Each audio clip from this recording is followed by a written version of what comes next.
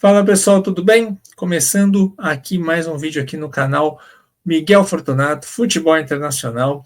E a partir desse vídeo a gente dá início ao guia da Copa do Mundo de Clubes de 2025, que vai começar no dia 14 de junho. Tudo que você precisa saber sobre a competição você vai encontrar nesse vídeo e nos próximos 32 que a gente vai produzir aqui, mostrando como joga cada equipe. Certo? Gostou da ideia, gostou do projeto? Então deixe o seu like, que ele é muito importante para que todo mundo veja, para que todo mundo se integre e conheça aí as 32 equipes da Copa do Mundo de clubes. Se você não é inscrito, se você está chegando agora, se inscreva aqui no canal. Aqui é o lugar para você entender tudo sobre esta competição. Certo? Então qual que é a ideia, né? Eu estou aqui em mãos com o guia do lance da Copa de 2010, para mostrar como exemplo para vocês. Os guias de Copa do Mundo, eles eram essenciais, especialmente numa era pré-internet, pré-TV a cabo, para a gente entender, para a gente conhecer os participantes de uma Copa, de uma grande competição, né? Então a gente ia lá na banca, comprava e lia, sabia quem eram os técnicos, se tinha algum técnico conhecido, conhecia a trajetória dos técnicos, sabia quem eram os principais jogadores de cada seleção, enfim, entendia como elas jogavam, entendia o que a gente ia ver na televisão ou no estádio mais para frente, especialmente na televisão, né? A maioria das pessoas. É imprescindível. E a ideia é essa aqui. A ideia é a gente fazer esse trabalho. Então é o seguinte, o guia vai ser feito da seguinte forma. Este primeiro vídeo, apresentando a ideia para vocês e apresentando também para o algoritmo do YouTube, o que a gente vai fazer, ele vai ser o índice. Que nem aqui, tá? Eu vou mostrar para vocês, vou abrir o guia do lance aqui, ó. O índice, ele tinha aqui o editorial, né? O editor da revista, curiosidades, aí tinha aqui a tabela de jogos, os horários, aqui os cruzamentos, aí aqui, ó, os estádios, tá vendo? Aqui, ó. E depois começava a falar das equipes. Esse primeiro vídeo vai ser essa primeira parte aqui, esse índice. Aí, a partir de segunda-feira, a gente vai começar a ter 2 vídeos por dia até o dia 10.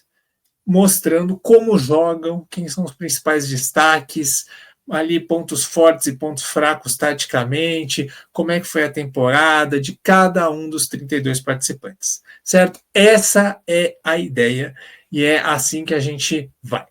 Então, começando com esse editorial, né, já que esse projeto é feito todo por mim sozinho, eu acabo sendo o editor dessa revista virtual, desse guia em vídeo. A Copa do Mundo de Clubes de 2025, ela é um torneio que vai ser feito pela primeira vez, né? Nunca foi feito um torneio desse tamanho, juntando todos os continentes. E esse ineditismo vai ser muito interessante e vai muito além de quem vai ganhar, de quem vai chegar na final, né? Eu acho que vai muito além disso. A gente vai poder ter um encontro entre continentes diferentes em diversos níveis de enfrentamentos, para a gente poder traçar réguas. E o que eu quero dizer com isso? No antigo formato, né, que era no final do ano ali, com o campeão de cada continente, mais o campeão ali que a FIFA colocava do país sede, que geralmente era um país do Oriente Médio, muitos anos foi o Japão. A gente não tinha ali nada muito diferente de um gigante europeu, um time muito forte da América do Sul, teoricamente mais forte naquele ano, geralmente um Al-Ahly representando a África, ou então o Al-Hilal muitas vezes na Ásia, representando a Ásia, um time mexicano. Era uma medição muito curta de o nível dos continentes, né? A gente até pôde traçar que o futebol sul-americano, que até ali, o comecinho dos anos 2000, batia de frente, e aí eu não estou falando de resultado, estou falando de enfrentamento, né? Batia de frente com os times europeus, com os campeões europeus, eram jogos iguais, né? Até ali, o comecinho dos anos 2000, eram jogos bem parelhos. Aí depois até teve algumas vitórias de brasileiros, mas aí numa situação do goleiro ser herói, de jogar retrancado. Eu digo de jogar de igual para igual. A gente teve, até o começo dos anos 2000, muito perto dos europeus. Aí isso foi diminuindo. Aí, a partir de 2010, a gente começou a ver times não europeus ganharem dos sul-americanos, né?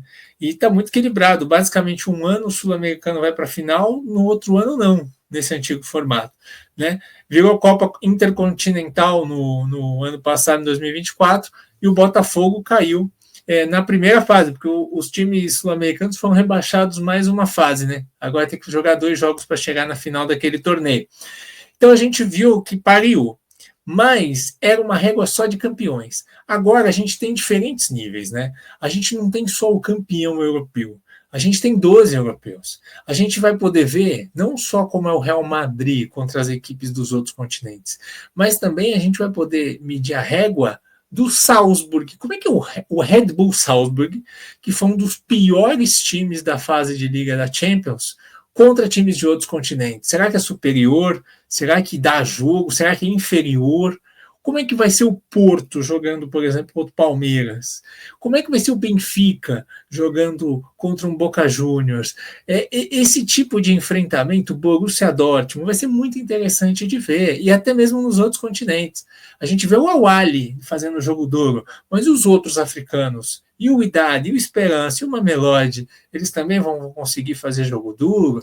Isso vale para todos os continentes, né? Como é que vai ser o Inter Miami do Messi jogando contra times de 3 continentes diferentes? Será que o nível de intensidade é muito diferente? É tudo isso que a gente vai poder ver. Então vai ser um grande caldeirão cultural de futebol e vai ser muito gostoso de acompanhar. Certo? Então vamos passar agora para as sedes da competição. Teremos 12 ao todo nos Estados Unidos. É muito interessante falar que a costa leste vai ser a casa da maior parte dos jogos, né? Porque por 2 motivos, né? Uma por conta da facilidade de ter mais imigrantes por lá e também de facilidade de acesso tanto de latino-americanos como dos europeus. E tem também a questão dos horários, porque o horário da Costa Leste é mais fácil de você adequar para a TV, para o horário nobre da TV europeia, e aí os europeus poderem assistir. Afinal de contas, a gente está falando de um primeiro campeonato, ele tem que pegar e principalmente pegar na Europa, né? Para que esse campeonato consiga ter mais edições e ganhar tamanho. E o outro motivo é que, ao mesmo tempo, vai estar rolando a Copa Ouro, que é como se fosse a Eurocopa ou a Copa América da América Central, do Norte e Caribe. E os estádios da Copa Ouro eles vão estar situados na costa oeste dos Estados Unidos, tem 2 ali na Califórnia, tem uma sede em Vancouver, no Canadá também, vai ter Las Vegas, vai ter ali no Texas, em Houston, em Dallas, e mais algumas cidades do centro dos Estados Unidos. Por isso a costa leste domina. Então vamos lá. As sedes da Copa do Mundo de clubes são: na costa oeste americana, o Lumen Field, na cidade de Seattle, e o Rose Bowl, palco da final da Copa do Mundo de 94, na Califórnia. Aí a gente tem, indo mais para o lado leste dos Estados Unidos, temos o Mercedes-Benz Stadium, na cidade de Atlanta. Temos o Hard Rock Stadium, em Miami. 2 estádios em Orlando, né? Das 11 sedes, quem vai ter 2 estádios é Orlando, o Camping World Stadium e o Interco Stadium. Em Charlotte, um pouco mais para cima, tem o Bank of America Stadium. Na Filadélfia, o Lincoln Financial Field, o estádio do Philadelphia Eagles. O Audi Field, em Washington, é a sede ali na capital dos Estados Unidos. O MetLife Stadium, em Nova York. O TUL Stadium, em Cincinnati. E o George's Park, em Nashville. Esses são, portanto, os 12 estádios que a gente vai conhecer um pouquinho mais agora. Então vamos usar aqui a ajuda do Google Maps para a gente poder conhecer um pouquinho mais das arenas, né? Essa é a casa do Atlanta United e também do Atlanta Falcons da NFL. O Mercedes-Benz Stadium em Atlanta, né? O Atlanta United, até por causa do tamanho do estádio, capacidade para 75 mil pessoas, é o maior público da MLS, por conta das arquibancadas e também da torcida fanática, é o time que recebe o maior público.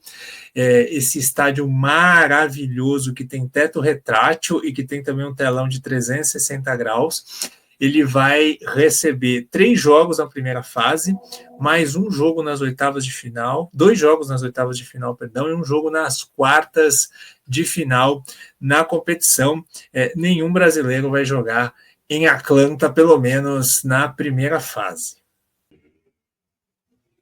Agora a gente está vendo o Bank of America Stadium, inaugurado em 1996, também com capacidade para 75 mil pessoas. É a casa do Charlotte Hornets, não, do Carolina Panthers, né? Confundi os esportes, do Carolina Panthers na NFL.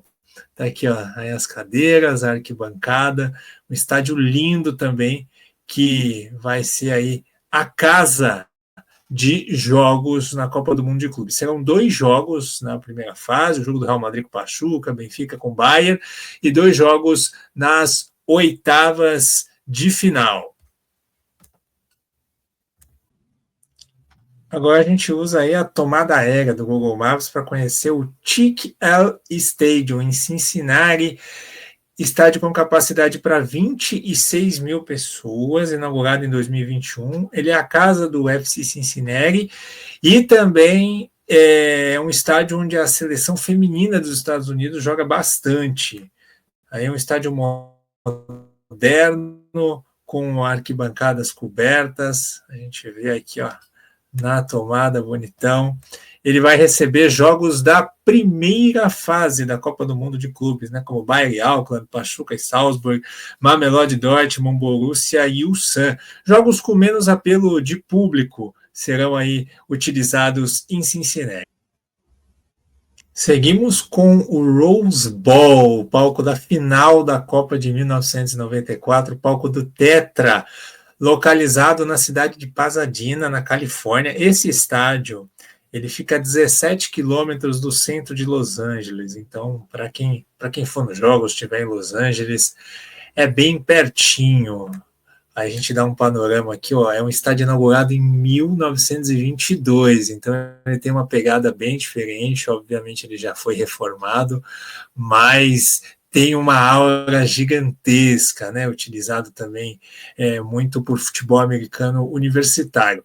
O Rose Bowl, por conta do que eu falei da Copa Ouro, ele vai estar apenas disponível na primeira fase. Depois, no mata-mata, os jogos vão para a Costa Leste, né? Então a gente tem aí Paris Saint-Germain, Atlético de Madrid, os 3 jogos do Monterrey, Paris Saint-Germain, Botafogo, Atlético de Madrid, Botafogo. Então teremos grandes jogos aí no lendário Rose Bowl. Agora a gente está no meio da torcida para chegar em Miami, né? O palco da abertura da competição, o Hard Rock Stadium, estádio que tem capacidade para 65 mil pessoas, inaugurado em 1987. O Hard Rock Stadium é a casa do Miami Dolphins na NFL e também recebe vários jogos de futebol, principalmente em pré-temporada, de times europeus, e vai ser uma das sedes da Copa do Mundo de 2026. É um estádio lindíssimo, né, que também foi reformado há menos de 10 anos. É um estádio fabuloso, aí com 2 andares, camarotes, muito bacana na pulsante cidade de Miami. Então vai receber abertura, vai receber Boca e Benfica, Real Madrid Al Hilal, Bayern e Boca, Inter Miami e Palmeiras, Mamelodi Fluminense e 2 jogos das oitavas de final. A sede de Nashville agora é destaque, né? O Georges Park, Ele foi inaugurado em 2022, é um estádio que recebe shows de grandes artistas internacionais na cidade, quando eles vão para a cidade, tem capacidade para 30 mil pessoas, já teve jogos aí das seleções masculina e feminina dos Estados Unidos, e é um estádio muito bonitinho, né? Recém-construído, é um estádio estilo futebol inglês, né? Quadradão, e ele vai receber jogos da primeira fase. O vencedor do playoff, né, da CONCACAF contra o Esperance, Auckland e Boca Juniors, e também o duelo entre Al Hilal e Pachuca do México. Subindo para Nova York, Nova Jersey, a gente tem aí o MetLife Stadium, estádio inaugurado em 2010, com capacidade para 82.500 pessoas. O estádio que é a casa tanto do New York Jets como do New York Giants, da NFL, e vai sediar não só a abertura, não só a final da Copa do Mundo de Clubes, como também a final da Copa do Mundo de 2026, né? Então tá aí, ó, esse estádio fenomenal, vai ser o palco da decisão, é aí que a gente vai ver quem vai erguer a taça da Copa do Mundo de Clubes de 2025. Além da final, esse estádio recebe Palmeiras e Porto, logo na primeira rodada, Fluminense e Borussia Dortmund, Palmeiras e Al-Ahly, Fluminense e Ulsan, Porto e Al-Ahly, um jogo das quartas, as duas semifinais e a decisão. Então vai ser a casa dos brasileiros, o que vai ter de brasileiro com camisa dos seus clubes em Nova York vai ser uma enormidade, vai ser bom demais. Agora a gente pega o avião até Orlando, na Flórida, né, a sede que tem 2 estádios. O primeiro é o Camping World Stadium, que tem capacidade para 65 mil pessoas e ele é de 1936, também um reduto do futebol americano universitário. A gente vê que o estilo dele é bem de estádio antigo mesmo, né, da arquitetura, é bem estádio antigão, tradicional, e aqui a gente está vendo um jogo de futebol americano, né, nessa foto aqui do Google. Mas o futebol vai ter, hein? Vai ter em junho. Teremos lá o vencedor do playoff da CONCACAF contra o Flamengo, na terceira rodada, Juventus contra Manchester City, e também teremos um jogo das oitavas de final e um jogo das quartas de final da competição.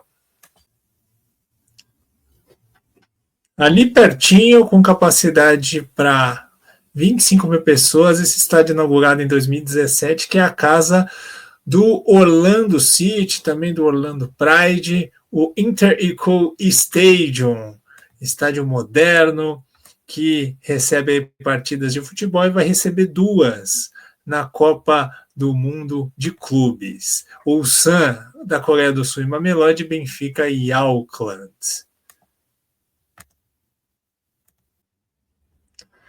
Agora estamos vendo o estádio do campeão do Super Bowl da NFL, né, o Philadelphia Eagles. Esse é o Lincoln Financial Field, lá no estado da Pensilvânia. É um estádio inaugurado em 2003. E o interessante é, o seguinte, o primeiro jogo de futebol foi um amistoso entre Barcelona e Manchester United, e o primeiro gol marcado nesse estádio foi do Patrick Kluivert. E esse estádio vai receber jogos importantes da Copa do Mundo de Clubes, né, como Flamengo e Esperance, Manchester City e Wydad, Flamengo e Chelsea, Juventus e Wydad, Esperance e Chelsea, Salzburg e Real Madrid, um jogo das oitavas e um jogo das quartas. É um estádio espetacular, vai ser realmente um dos grandes palcos, não só da Copa do Mundo de Clubes, como da Copa do Mundo de 2026. Agora estamos em Seattle, e aí temos o Lumen Field, que é a casa do Seattle Seahawks, da NFL, né? Tá aqui o símbolo do Seahawks, ó. E também do Seattle Sounders, né? O Seattle Sounders, que é um time da Microsoft, e joga nesse estádio. E vai ser o único time da competição que vai fazer todos os jogos da primeira fase na sua casa com a sua torcida. Vai ser loucura, hein? E além dos 3 jogos, né, contra Botafogo, Atlético de Madrid e PSG do Seattle, esse estádio vai receber River Plate e Urawa, Internazionale e Urawa, e Internazionale e River Plate na primeira fase da competição. Na segunda fase, esses times vão todo para a Costa Leste, como eu já expliquei. E por fim, nesse guia pelos estádios, temos aí a tomada aérea do Audi Field, que fica na capital dos Estados Unidos, em Washington. É a casa do DC United. Também recebe jogos, como você vê pelas demarcações, de futebol americano. Então esse é o palco que vai receber aí algumas partidas da Copa do Mundo de clubes, 3 para ser mais exato, né? Al Ain Juventus, Salzburg e Al Hilal, o Wydad e Al Ain. Virando a página do nosso guia virtual da Copa do Mundo de Clubes, agora a gente vai falar dos jogos. Primeiro, você precisa saber aonde você vai assistir as partidas, né? Todos os jogos, todos os 63 jogos estarão ao vivo e de graça no YouTube da Cazé TV. E também estarão ao vivo no Sport TV, que é o canal a cabo aí dos canais Globo, que muita gente tem acesso, né? Então todos os jogos estarão no Sport TV, na Cazé TV. Para quem também tem o Sport TV pelo Globoplay, dá para assistir via Globoplay. 25 jogos da primeira fase, mais alguns jogos da fase de mata-mata, estarão também na TV aberta, na TV Globo, de graça. Então, visto aí o que a gente vive hoje de direitos de transmissão dos campeonatos, esse é um dos campeonatos mais acessíveis e mais fáceis de acompanhar. Então, YouTube, Cazé TV, Sport TV e TV Globo vai dar para assistir tranquilamente de qualquer lugar, certo? Então vamos para a tabela da competição. O campeonato começa dia 14, portanto, sábado. Esses horários que estão aí no site da FIFA são de Brasília, então 9 da noite, Al Ahly e Inter Miami pelo grupo A. No domingo a gente vai ter Bayern de Munique e Auckland City pelo grupo C. Às 1 da tarde. Às 4 da tarde vamos ter, peraí, às 4, essa setinha atrapalha um pouquinho. Aí, 4 da tarde, PSG e Atlético de Madrid pelo grupo B. 7 da noite, Palmeiras e Porto pelo grupo A. Botafogo e Seattle Sounders pelo grupo B, às 23 horas, 11 horas da noite, lá em Seattle. Na segunda-feira, temos o Chelsea jogando contra o vencedor de América do México e LAFC, o jogo que vai ser dia 31 de maio. Esse jogo às 11h30 da noite, horário de Brasília. Esse jogo do LAFC contra o América. E o vencedor estreia contra o Chelsea às 4 da tarde, na segunda-feira, dia 16. 7 da noite, Boca Juniors e Benfica, jogo do grupo C. E o Flamengo estreia 10 da noite contra o Esperance da Tunísia, no grupo D. Terça-feira, o Fluminense enfrenta o Borussia Dortmund pelo grupo F, às 13 horas. O grupo E abre seus trabalhos às 16 horas, com River Plate e Urawa, do Japão. O Ulsan da Coreia enfrenta o Mamelodi Sundowns da África do Sul às 19 horas, pelo grupo F. E o Monterrey do México enfrenta às 10 da noite a Inter de Milão, da Itália. Na quarta-feira temos Manchester City e Wydad Casablanca, às 13 horas, pelo grupo G. Pelo grupo H, às 16 horas, Real Madrid e Al Hilal da Arábia Saudita. Às 19 horas, Pachuca e Salzburg, Pachuca do México, Salzburg da Áustria, pelo grupo H. E fechando a primeira rodada pelo grupo G, Al Ain dos Emirados Árabes Unidos e Juventus da Itália. Segunda rodada, quinta-feira, 1 da tarde, Palmeiras e Al Ahly, 4 da tarde, Miami e Porto, 19 horas, Seattle Sounders e Atlético de Madrid, 22 horas, Paris Saint-Germain e Botafogo. Sexta-feira, quinta-feira, lembrando, é feriado de Corpus Christi, então dá para ficar em casa e assistir todos esses jogos tranquilão. Sexta-feira, dia 20, Benfica e Auckland, 1h, Flamengo e Chelsea às 3, né, logo coladinho. Às 19 horas, América ou LFC contra a Esperance, e Bayern de Munique e Boca às 22 horas. Sábado, 21 de junho, Mamelodi Sundowns e Borussia Dortmund, 1h, Inter de Milão e Urawa às 16 horas, Fluminense e Ulsan às 19 horas, River Plate e Monterrey às 22 horas. E no domingão, fechando a segunda rodada, 1h, Juventus e Wydad, Real Madrid e Pachuca às 16 horas, Salzburg e Al Hilal às 19 e fechando às 22, Manchester City e Al Ain. Na última rodada teremos 2 horários, teremos 2 jogos de um grupo às 16 e 2 jogos de um grupo às 22.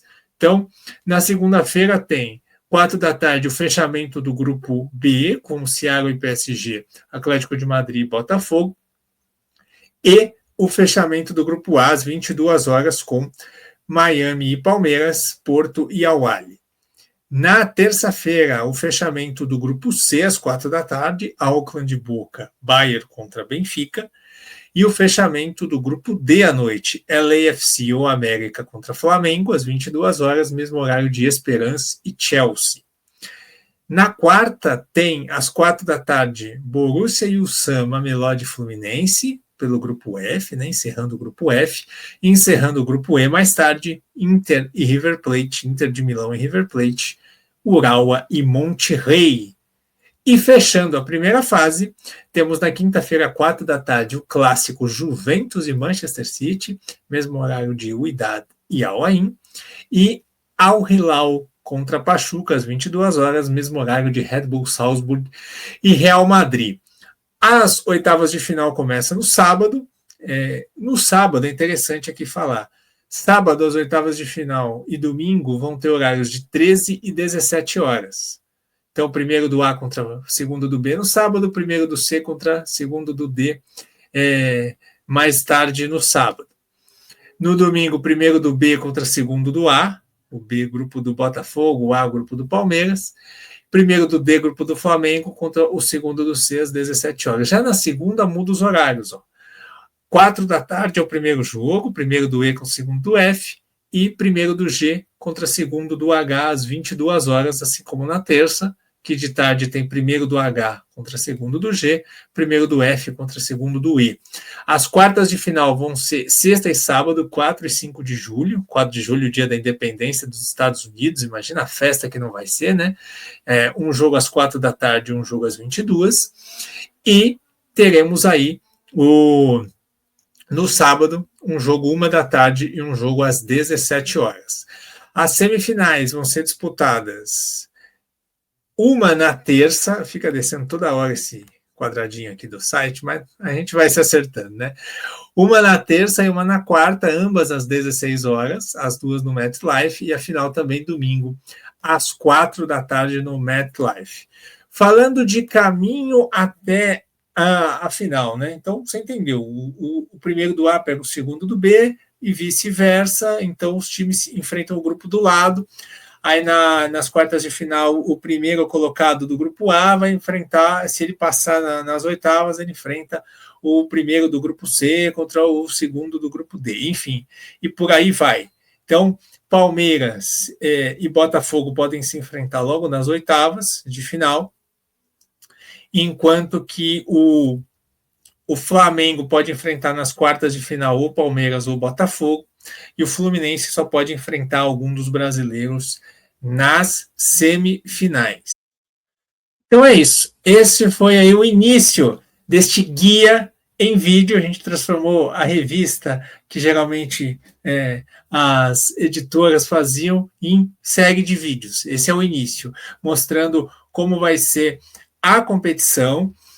A partir de segunda-feira, então, 2 vídeos por dia aqui, um de cada time. Teremos no total 32 vídeos explicando como jogam, como chegam cada um dos 32 participantes, certo? Então, eu conto muito com o seu like, com o seu compartilhamento, com o seu comentário nesse e nos outros vídeos, para que esse projeto possa se perpetuar e todo mundo chegue craque, conhecendo todos os times da Copa do Mundo de Clubes, certo? Um grande abraço e até o próximo vídeo.